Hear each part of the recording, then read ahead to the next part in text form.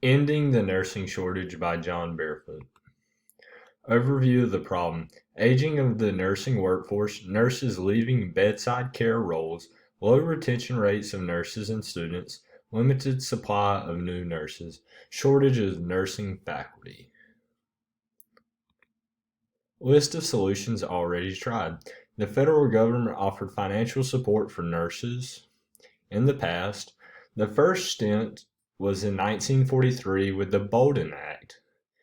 The government attempted to increase the number of nurses by offering funds and tuition for new students. Again, in 1964, Nurse Training Act was done by the government, which was very similar to the Bolden Act. Now, today, hospitals are offering incentives to nurses to bring them to work at their hospital.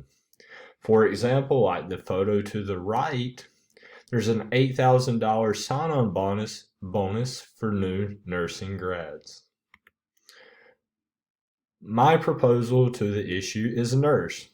New nursing programs use retention strategies, revise old policies, set new standards in the shortage. Feasibility. All of this can be possible with government, insurance companies, hospitals, schools, Commission of Accreditation of Allied Health Education Programs, HELP.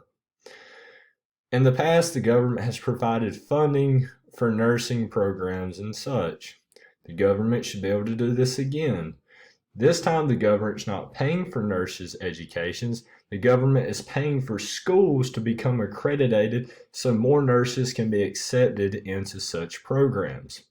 Hospitals' jobs is to revise the rules in the current hospitals which nurses don't agree with and learn strategies to increase retention rates. The school's job would also be to learn how to increase retention rates of its students. Because in nursing school, many students tend to drop out because of stress. If we stand together, the shortage can be stopped.